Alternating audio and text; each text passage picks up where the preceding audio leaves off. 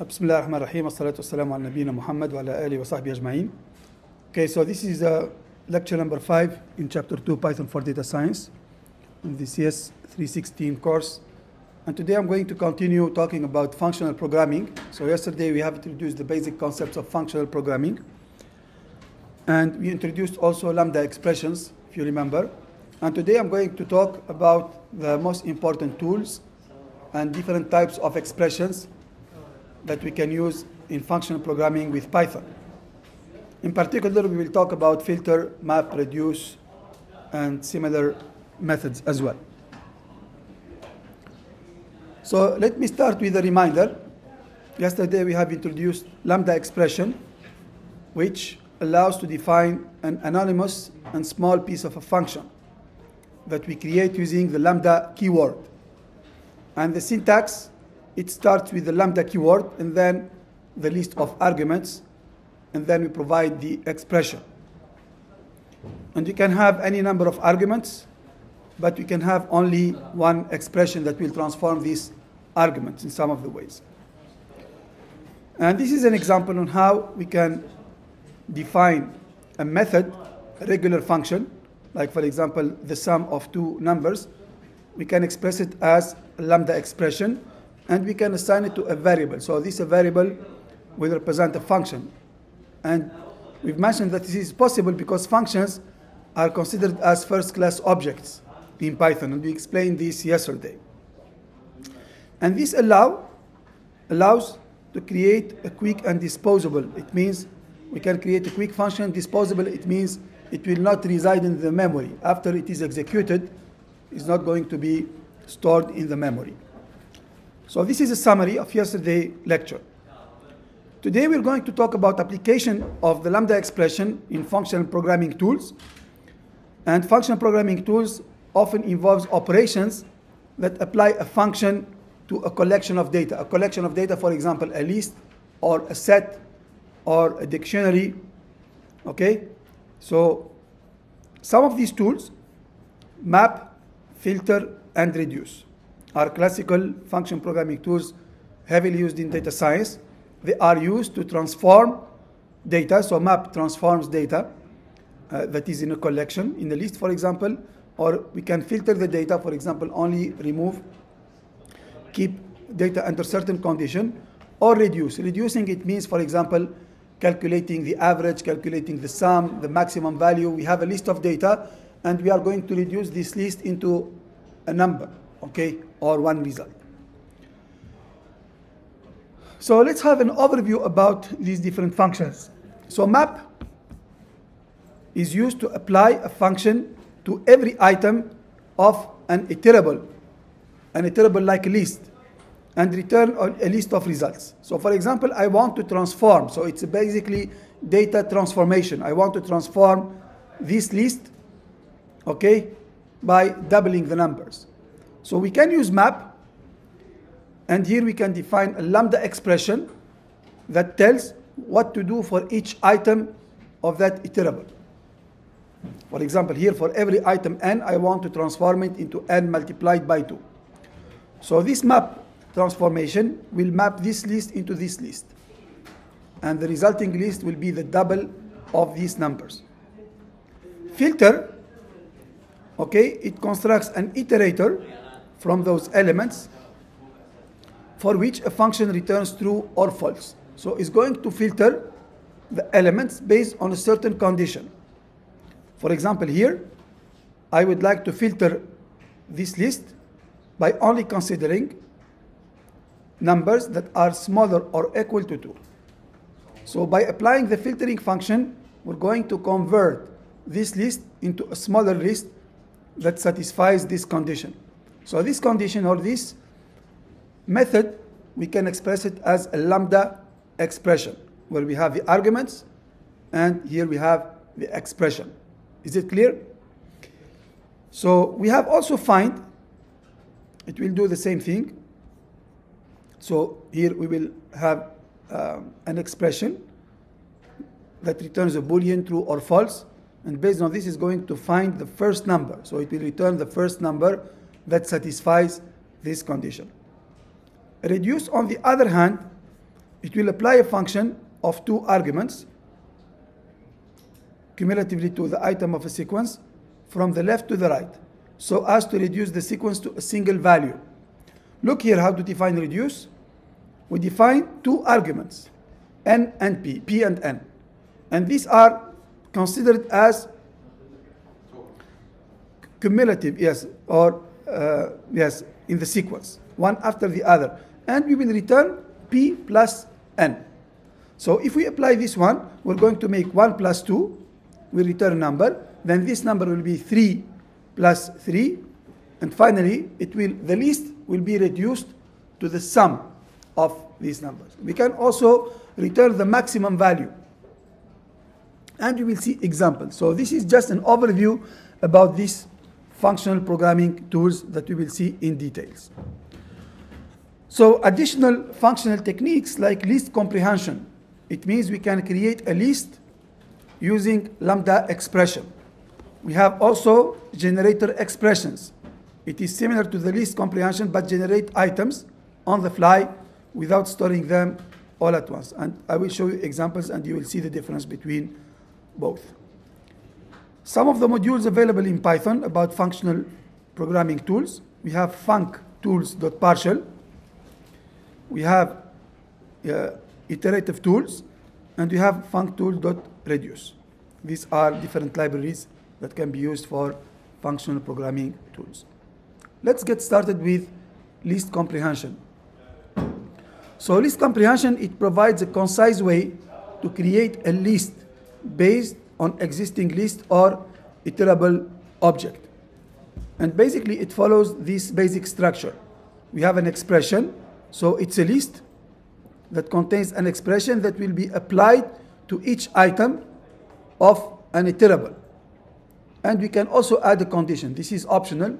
You can add a condition to create a list. For example, here, we can create a list of squares, which is a list. This is the expression, x in the power of 2, for x in the range. Look now, for x, this is the item in, so range 11, 1, 11, it's an iterable. Okay, this is a custom iterable, like the range class that we have defined yesterday. And we can add an if statement. If x mod 2 equal to 0, it's only for even numbers. If I don't do this if statement, it will be for all numbers. And this will return an output 2 at the power of 2, 4, 4 at the power of 4, 16, and so on, until 100, which is 10 at the power of 2. Okay. And this is how to do it without list comprehension. Now, if you want to create the same list without using list comprehension concept, you can do it using a for loop for x in the range 1 to 11. If x mod 2 equal to 0, squares dot append. So squares, this is a list. We can use dot append. We're going to have the different methods available for built-in data structures, but here dot append is going to add a new element into the list. Okay, so the expression here, it means what you want to do. How do you want to transform your data?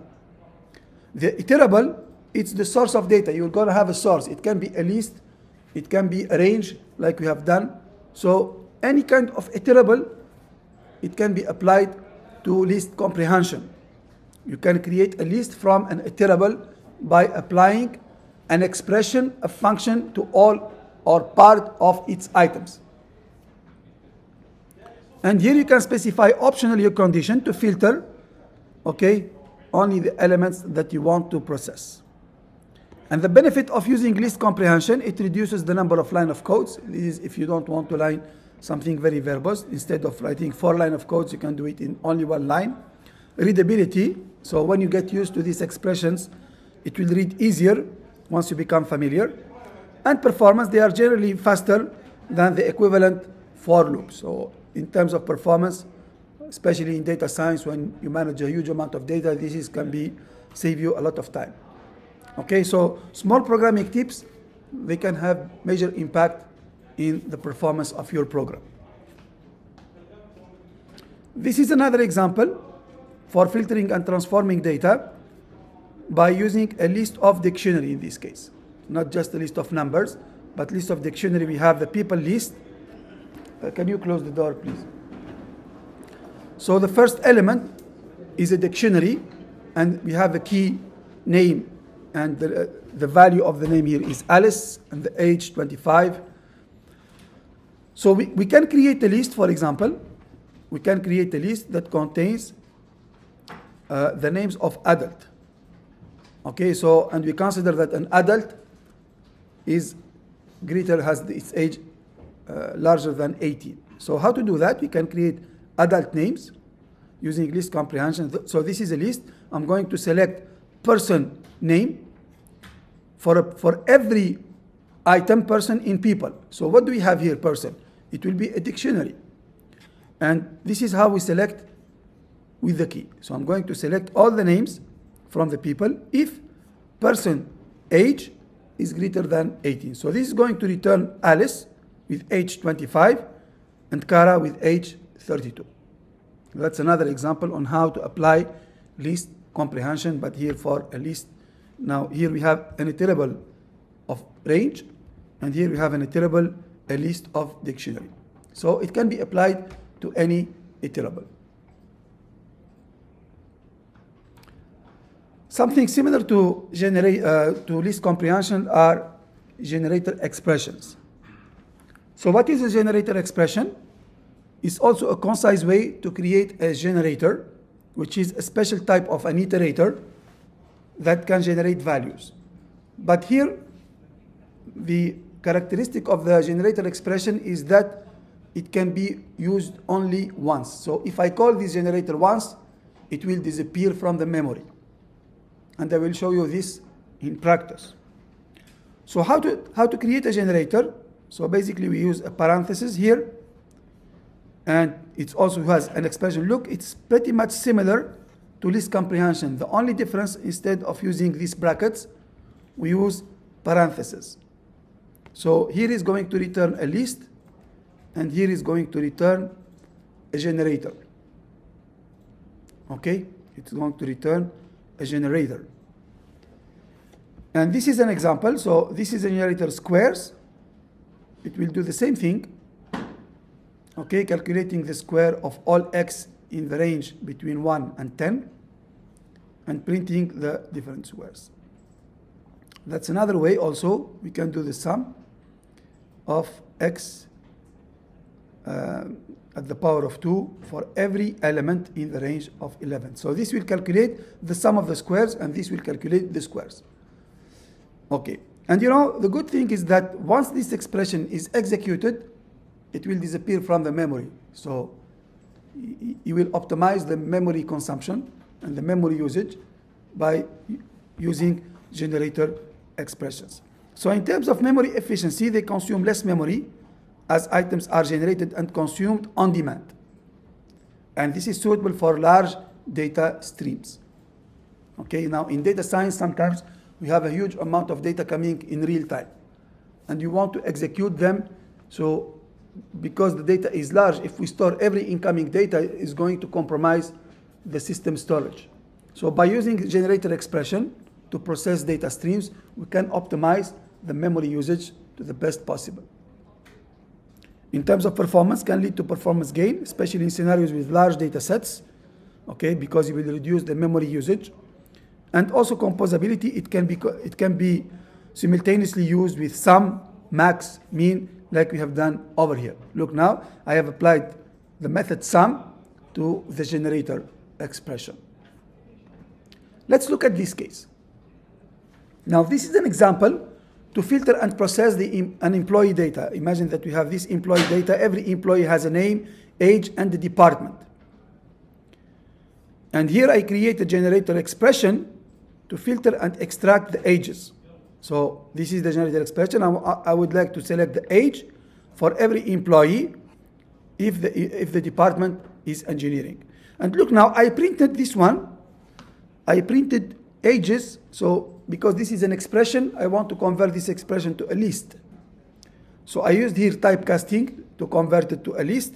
And then I wanted to calculate the average age per engineering. So I collected from this list all the ages of the engineering, and then I would like to calculate the average age.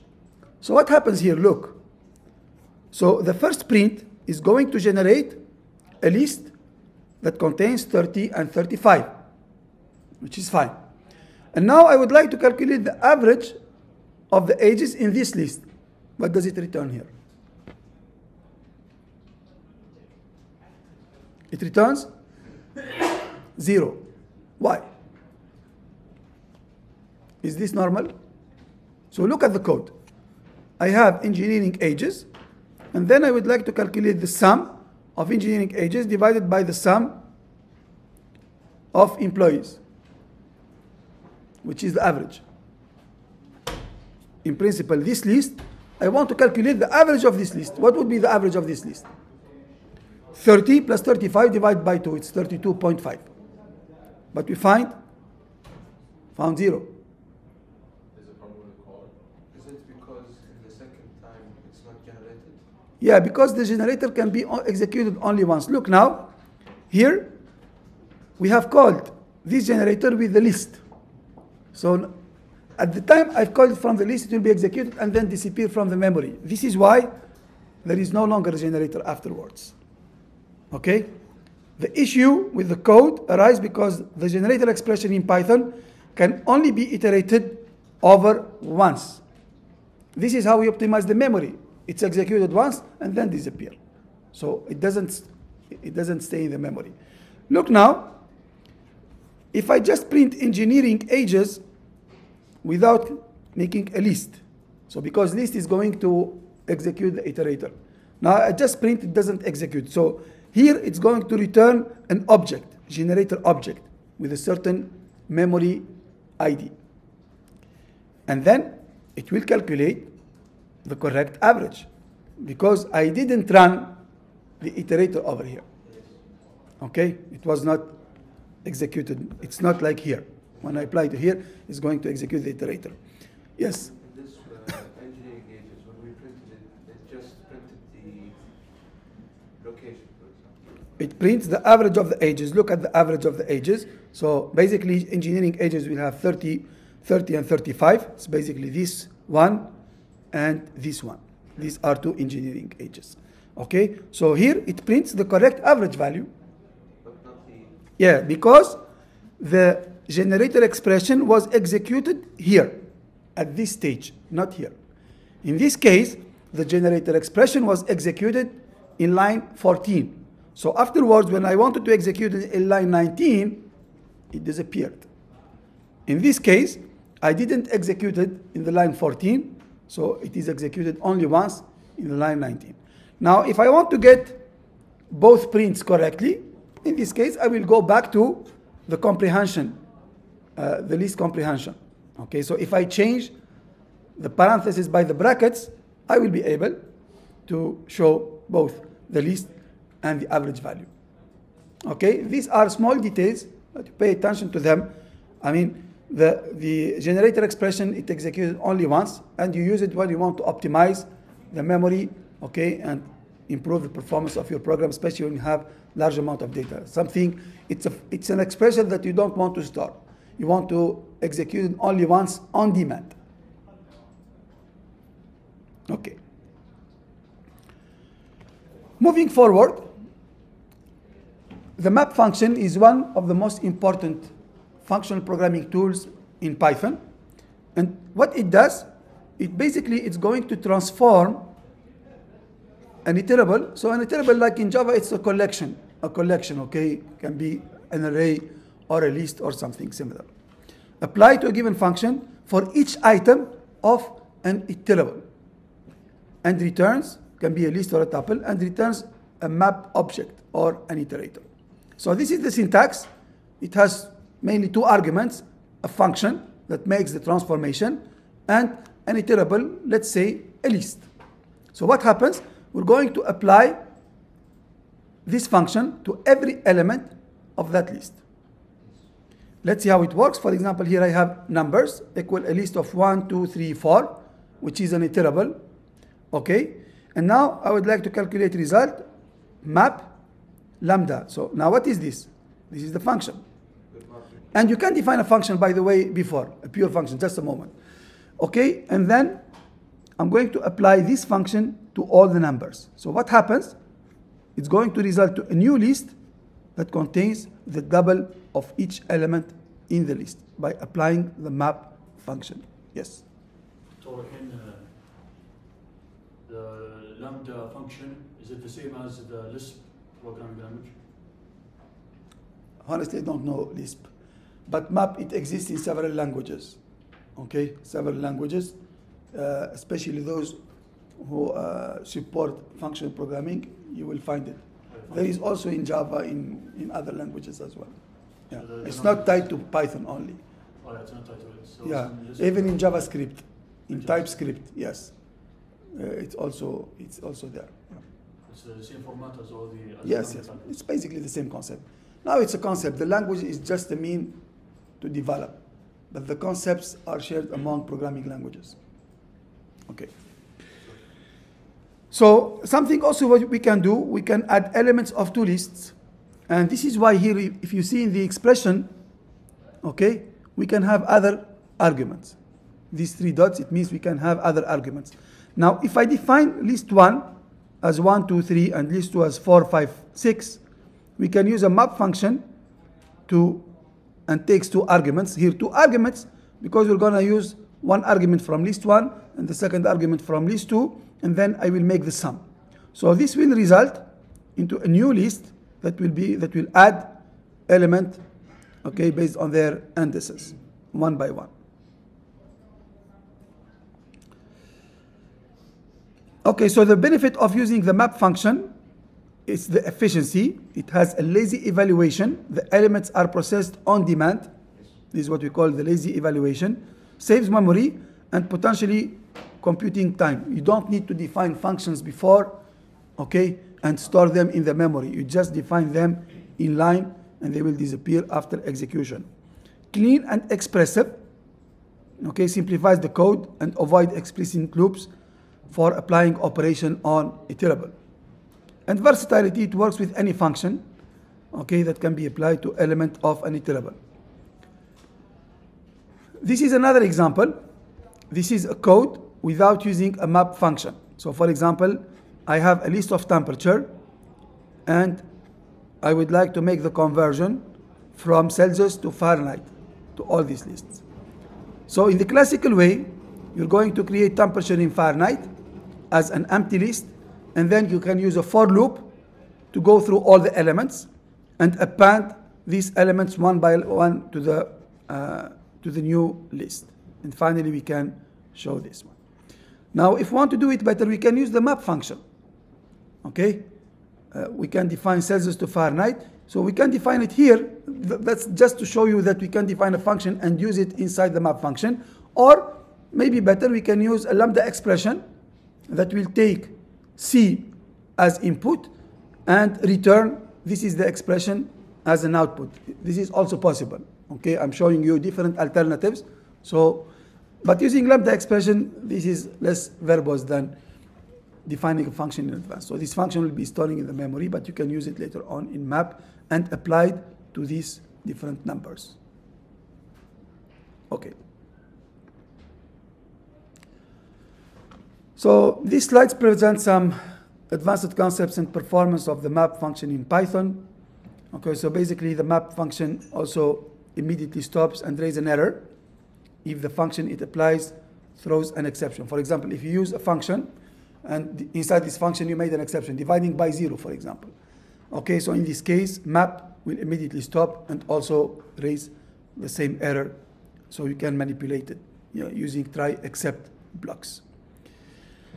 So the difference between map and list comprehension offer more flexibility for simple expressions, and map, because also list comprehension is creating a list, and map is more general and has more memory efficiency over large data sets. So let me show you an example about the memory efficiency of the map function. So here we take a large range, a range between 1 and I think 10 million or 1 million. And in the first case, I will use the list comprehension to create a large list, which will take x multiplied by 2 for every element. We'll just be doubling the values of the range. And then we will print the memory. So sys.getSize of large list will be printed, the memory will be printing the memory in bytes. And we can do the same thing using the map function. So large map equal map, okay, applied to this lambda expression on the large range. And then we can print the size of the large map in bytes. So printing both, you can see, look at the number of bytes for the list that was created in list comprehension, and then it's only 48 bytes for the map function. So you can reduce plenty of memory.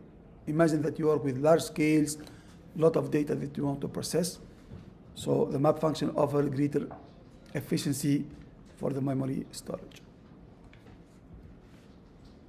I guess with a small list, it's good to use list comprehension. Mm-hmm. I think with a small list, It's always, yeah, which one to use depends on the context, okay, on the requirement. So another function is the filter function. So filter, it will just remove some elements based on a certain condition. It applies a function, and this function basically returns either true or false. So it's going, for example, if you have a collection or an iterable, like a list or a tuple, is going to keep only the element that satisfies the condition. For example, here we want to filter only even numbers. I want to keep only the odd numbers. So given the list numbers from 1 to 8, we can use filter and provide a lambda expression that takes x as input and returns the expression x mod 2 equal to 0. So it means it will filter every element that satisfies this condition. What is this condition for? It's about even numbers. So all the even numbers will be filtered out.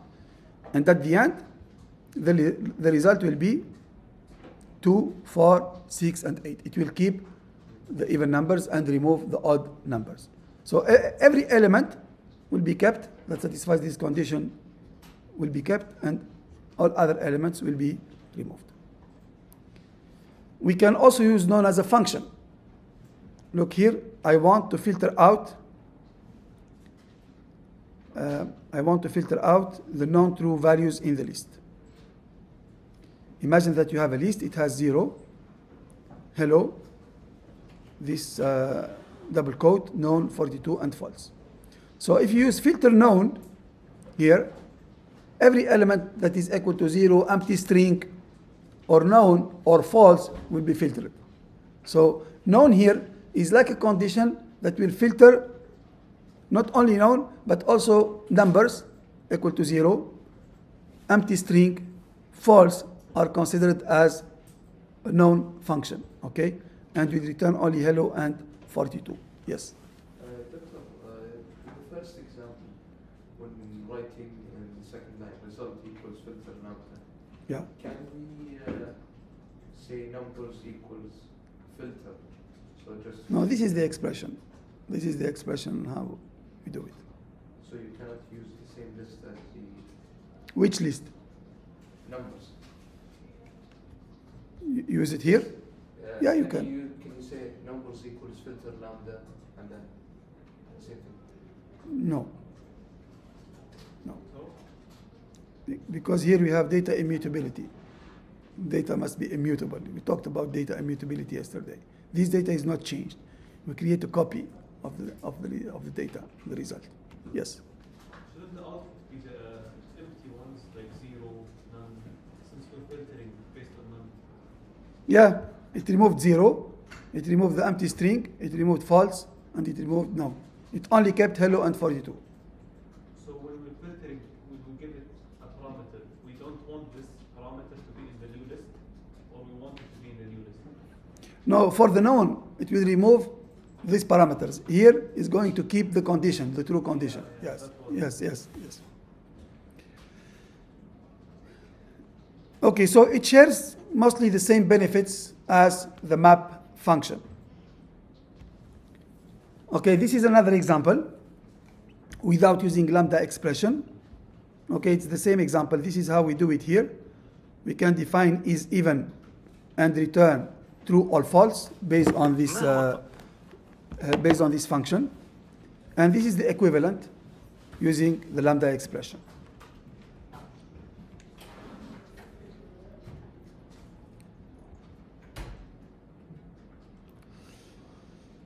Okay. So these slides present the advanced concepts also using the filter function in Python. Same observation, okay, as the error handling with the filter, continue processing items. If the function it applies returns no. Okay, it doesn't stop or raise an error unless there is an actual exception in the function logic. So the difference between filter and least comprehension, the least comprehension provide inline filtering with more complex logic, and filter is more dedicated actually to the filtering. We can do also least comprehension filtering with least comprehension, but filter provides a simpler and well-defined functions. Map and filter also share the same features in terms of memory efficiency. And these are additional examples. So this example, it filters out non-numerical characters. Okay, and here we use str.isDigit. So str has a function that is called isDigit that returns whether it is a digit or not. So for every value that is correct, it will be added to the filtered list. And here we use a lambda expression to filter all the elements based on the department of engineering. We will return only the items from the engineering department. And these are the examples here. So the last function is called the reduce function. So what does it do, reduce? It applies a function, okay, applies a given binary function to the items of iterable to reduce this item into a single value. So you can have an iterable which is a list and you want to reduce it to a single value. So unlike map and filter, which are already built in Python, the reduce function, it's imported from the func tools library or package. So you start by doing from func tool import reduce. Okay, and then we have a list or an iterable numbers, and then we can make reduce lambda x, y, and here x plus y. So what we did with map x plus y, what did we need? We needed two lists, because map is going to do a transformation from a list, it's going to result to a list. And now we have used the same lambda expression, and we used only one list, that is numbers, because reduce is not going to make a full transformation from one iterable to another iterable. It's going to reduce one iterable into a value. So here is going to make the sum of consecutive values, and finally we return the output. So the sum from 1 to 5 is equal to 15. Okay? If you change the reduce by map, you may have an error because you don't provide a second list as argument. We can also apply it to find the maximum. Okay, here we change only the lambda expression. For every pair of values x and y, we're going to keep the value x if x is greater than y. So this is the condition. So we choose x if x is greater than y, else y. Okay, and in this case, it will return, the output will return 10, because 10 is the maximum value in this list. So the benefits of reduce, again, it's the efficiency in performing computations. The computations are made on demand. It's a compact code. In one line of code, you can express the reduce function. And also it's flexible, can be used with any function that takes 2 arguments.